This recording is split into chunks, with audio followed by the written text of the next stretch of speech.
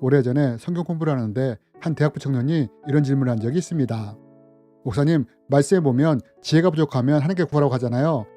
그래서 제가 하나님께 지혜를 구했는데 아무리 봐도 지혜가 임한 것 같지 않습니다. 분명 하나님이 지혜가 부족하면 구하라 하셨고 또 구하면 주신다고 하셨는데 왜 저는 지혜를 구했는데도 이것이 임하지 않는 걸까요? 라며 질문을 한 적이 있습니다. 여러분, 성경에 보면 이런 말씀이 있습니다.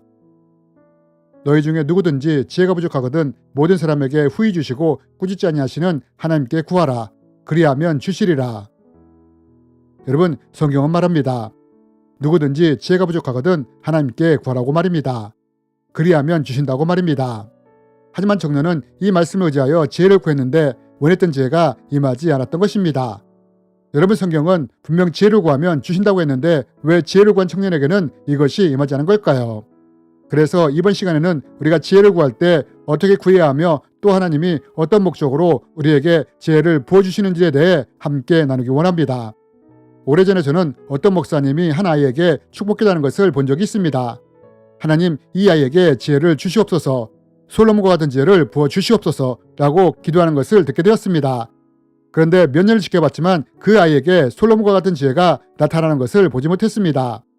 여러분, 분명 하나님은 말씀하시지 않았습니까? 누구든지 지혜가 부족하거든 하나님께 구하라고 말입니다. 그리하면 주신다고 말입니다. 그러나 대학부 청년도 목사님도 지혜를 구했지만 이분들이 원했던 지혜가 임하지 않았다는 것입니다. 그렇다면 여러분, 분명 성경은 지혜를 구하면 주신다고 했는데 왜 현실에서는 이대로 되지 않는 걸까요?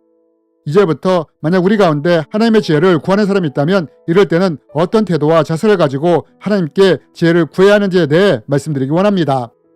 여러분, 우리가 먼저 하나님께 지혜를 구하기 전에 알아야 할 것이 있습니다. 그것이 무엇이냐? 그것은 먼저 세상의 지혜와 하나님의 지혜에 어떤 차이가 있는지를 알아야 한다는 것입니다. 저는 앞에서 한 대학부 청년이 하나님께 지혜를 구했다고 말씀을 드렸습니다. 여러분, 이때 청년이 어떤 지혜를 구한지 아십니까? 자기가 전공하고 있는 것을 더 잘할 수 있도록 지혜를 구한 것입니다.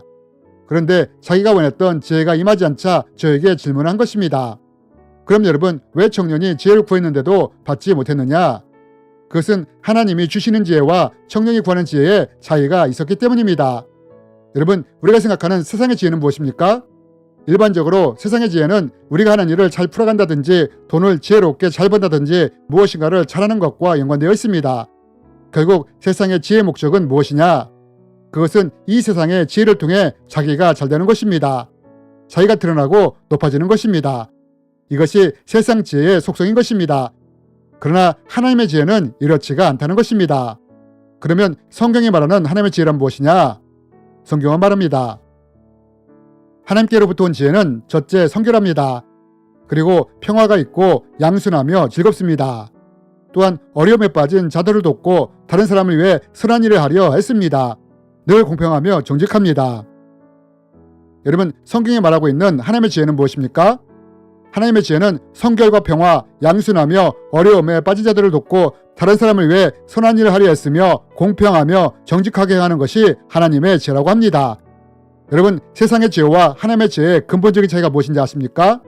그것은 세상의 지혜는 자신을 이롭게 하는 것인데 반해 하나님의 지혜는 자신뿐만 아니라 타인까지도 이롭게 한다는 것입니다.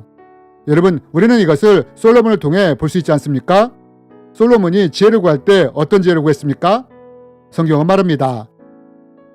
저에게 주님의 백성을 다스릴 수 있도록 옳고 그름을 가려 판결할 수 있는 지혜를 주십시오. 주께서 지혜를 주지 않으시면 이렇게 많은 주님의 백성을 어떻게 다스릴 수 있겠습니까? 여러분, 솔로몬은 어떤 목적으로 지혜를 구했다고 합니까? 옳고 그름을 잘 판단할 수 있도록, 그리고 이것을 통해 주님의 백성을 잘 다스릴 수 있도록 지혜를 구하지 않았습니까? 여러분, 이 솔로몬의 간구가 하나님을 기쁘게 한 것입니다. 왜요? 솔로몬이 자신의 부귀영화나 영광을 구한 것이 아니라 주님의 백성을 잘 섬길 수 있도록 지혜를 구했기 때문입니다. 그래서 하나님은 이 솔로몬에게 놀라운 지혜를 부어주신 것입니다. 그러므로 내가 너의 말대로 하겠다. 나는 너에게 지혜와 슬기를 주겠다. 너처럼 지혜로운 사람은 전에도 없었고 앞으로도 없을 것이다. 여러분, 앞에서 대학부 청년이 지혜를 구했지만 왜 구한 것을 받지 못했느냐? 그것은 청년이 자신만을 위한 지혜를 구했기 때문입니다. 반면 솔로몬은 하나님의 뜻대로 주님의 백성들을 잘 다스리고 싶은 마음에 하나님께 지혜를 구했던 것입니다. 여러분, 우리는 지혜를 구할 수 있습니다. 그런데 이때 우리가 유념해야 할 것이 무엇이냐? 그것은 지혜를 구하기 전에 먼저 내가 어떤 목적으로 지혜를 구하는지를 점검하는 것입니다.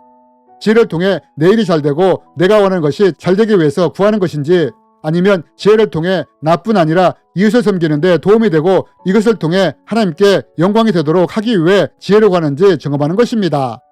그리고 정말 하나님과 이웃을 잘 섬기고 돕기 위해 지혜를 구하는 것이라면 이때 하나님이 하나님의 지혜를 기꺼이 부어주신다는 것입니다. 왜냐하면 하나님의 지혜를 부어주시는 목적은 이것을 통해 하나님과 이웃을 더 잘 섬기고 돕도록 하기 위해 부어주시기 때문입니다. 그리고 예수님 또한 이런 지혜를 통해 하나님과 이웃을 잘 섬기라고 말씀하시지 않았습니까?